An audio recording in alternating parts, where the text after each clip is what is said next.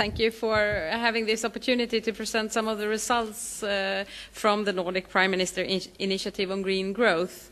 And I would like to say that this is sort of like a snowball that starts rolling, and many of these initiatives will keep on being into different kinds of practice in other kind of areas as well. My name is Annika and I work as head of department at the Nordic Council of Ministers, responsible for, among other issues, this Green Growth Initiative. And first of all, I would like to introduce you to the Nordic Council of Ministers. I hope you all are aware of what kind of organization we are, but we are the governmental cooperation between the 5 Nordic countries, Finland, Norway, Sweden, Denmark and Iceland, as well as the autonomous areas of Faroe Island, Greenland and Åland. And green transition and green growth is important areas for the Nordic countries. Individually, but also in the Nordic cooperation. And in 2011, the Nordic Prime Ministers decided to launch a joint initiative on green growth, and their ambition was quite high. They wanted the Nordic countries to be leading in green growth. And I think there's still a possibility to do that, but we have to work together, as Jukka said earlier. And we have been working with 8 initiatives covering a wide area from education and research to public procurement and green investments. And some of the projects in this initiative are present here today at the marketplace. So if you want to know more, please go and visit them. And here are some of the results. One of the initiative was Test Center for Green Solution, and there is a huge gain to harvest in working together within this area. And because developing new energy technologies and using existing ones in a smarter way is one of the biggest challenges in a green transition. And in this initiative, we choose to focus on biorefineries in order to optimize the use of biological resources that are currently underused or not used at all. The Nordic region has a big potential for new bioeconomy initiatives, and the bioeconomic sector is already account for around 10% in total of the economy in the Nordic countries. So it is a huge potential. At the same time, we identified that more than 50% of all resources in the primary sector goes to waste currently. This means that there is an enormous potential for optimizing of resources. Another initiative was the focus on education and research to promote green growth. And the reason for this is that education and research has been an important part of the Nordic cooperation for a long, long time.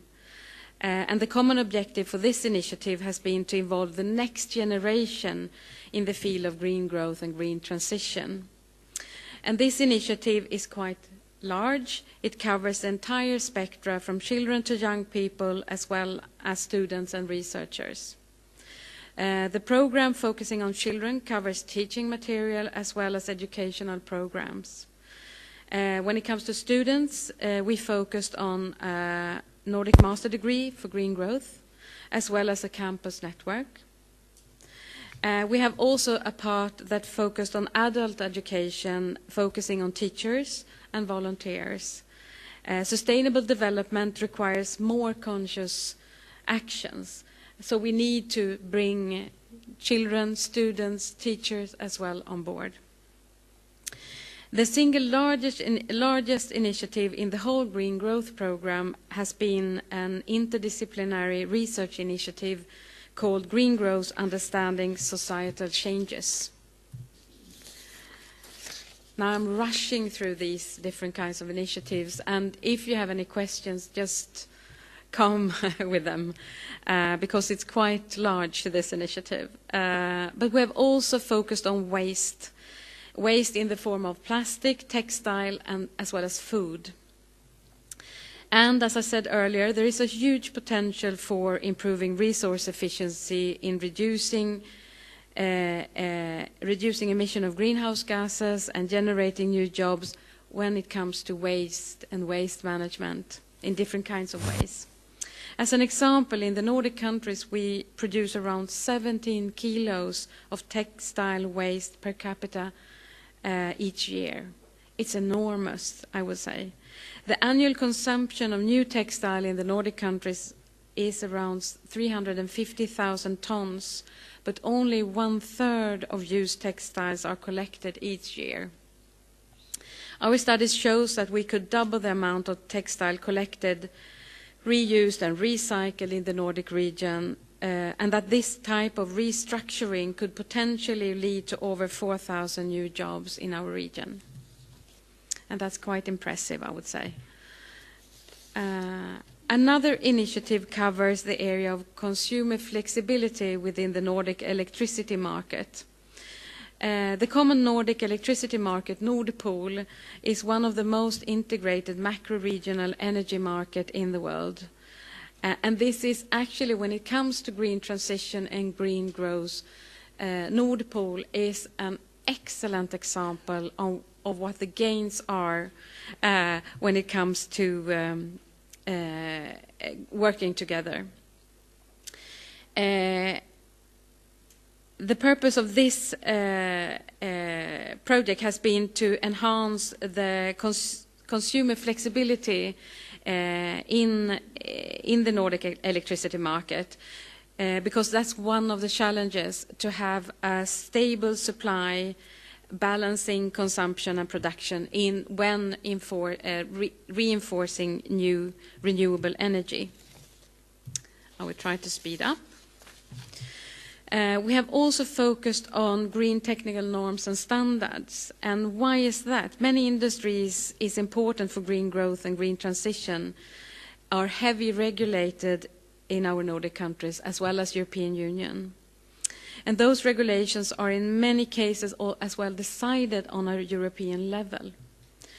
And another aspect of this is surveillance and labeling, which is demanding, costly and complicated.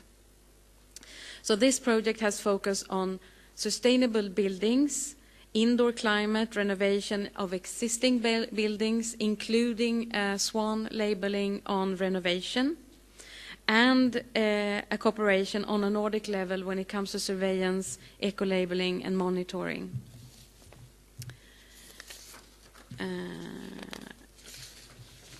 Another one, a difficult one, has been green public procurement. This is, I would say, a huge potential in trying to direct public procurement in a green way. And public procurement accounts for at least 16% of GDP in the Nordic countries. And for certain products, the public sector is a single biggest buyer.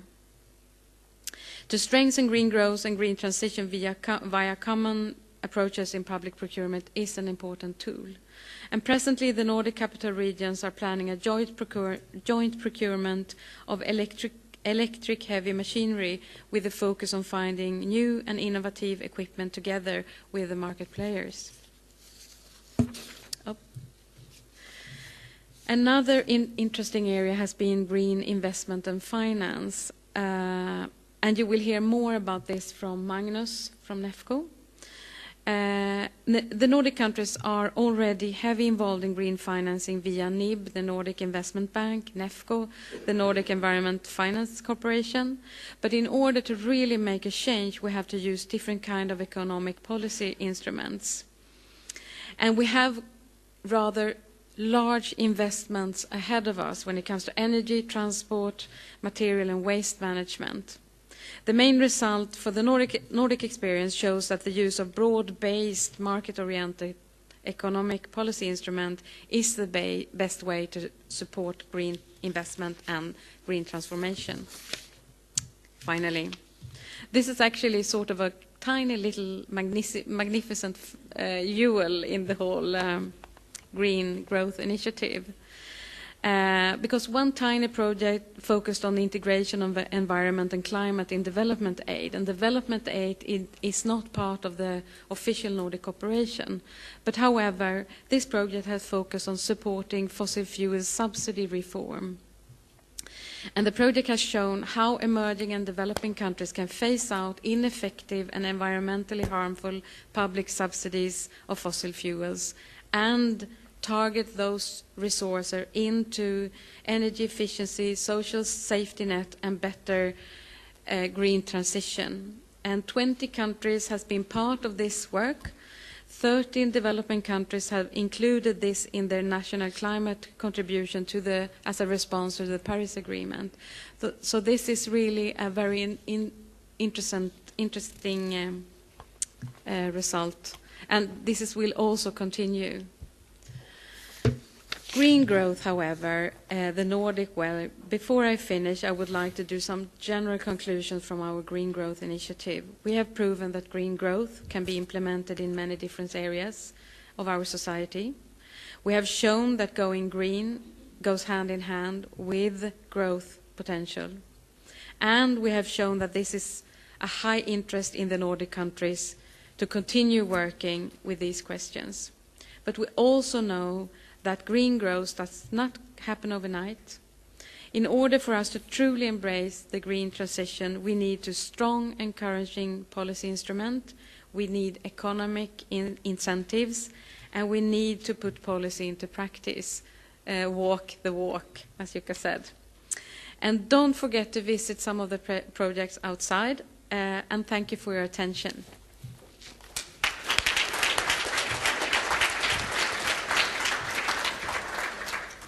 Thank you so much for that, Annika. And in fact, the conclusions are in the report, which is in your bag, if you didn't notice already. So please read it, because it's an interesting read. And one part that I like about it is that it focuses on the real issues. Now, in the discussion, at least in Sweden, we often discuss those few new houses. But your report also focuses on the existing things, the existing houses that can be improved on, and of course the existing textiles that we need to do something better with. But I want to ask you, speaking of the plastic and textiles and foods that are some of the key areas that you decided to focus on, what made you focus on these areas? Because there's a huge potential in textile, because it's damaging for our environment. It's environmentally hostile production in many cases. Mm-hmm. When it comes to plastic, it also is, we have difficulties in our environment to take care of all the plastic that floats in the sea, that are everywhere. So I think there is a huge potential in recycling and reusing plastic and textile, as well as food, of course. Reusing food?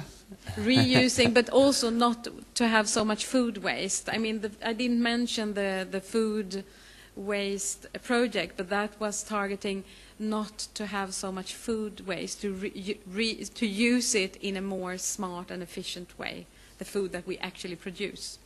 And within those key subjects that you mentioned, do you have any personal now favorite examples of of best practices? Nord Pool, the Nordic electricity market, is really a good example of how strong we can be and how efficient we can be when we cooperate together. But also when it comes to this market surveillance, when it comes to eco-design and eco-labeling, it's extremely costly to do that on a national level. But by working together, we can actually save money and do it in a more efficient way. And I know that Nordsyn, the name of the project, is outside if you want to know more. And Annika, this project and the final report is in the bag, both literally and in a wider sense.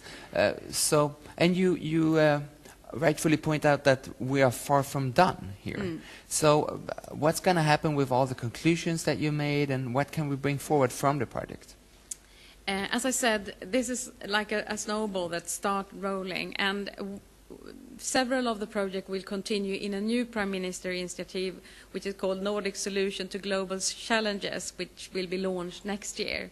And another like this Nordsyn, it will just keep on going because it's such a good project, actually. So that will go into a permanent phase.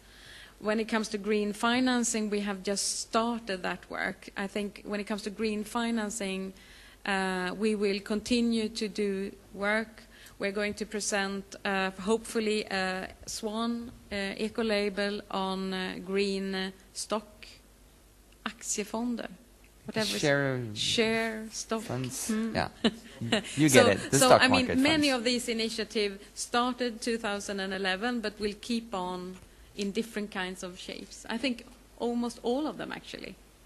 That's great. So when you read the leaflet, and you really should, or the booklet, don't despair. These things are going to move on, some of them in permanent measures and some of them in different projects. And if you are unsure about your favorite, you just go to Annika. Yeah. Thank you so much, Annika. And yes. Anina, who is sitting over there, who knows actually much more about the specific projects than I do. All right. So Anima and Annika, thank you ever so much.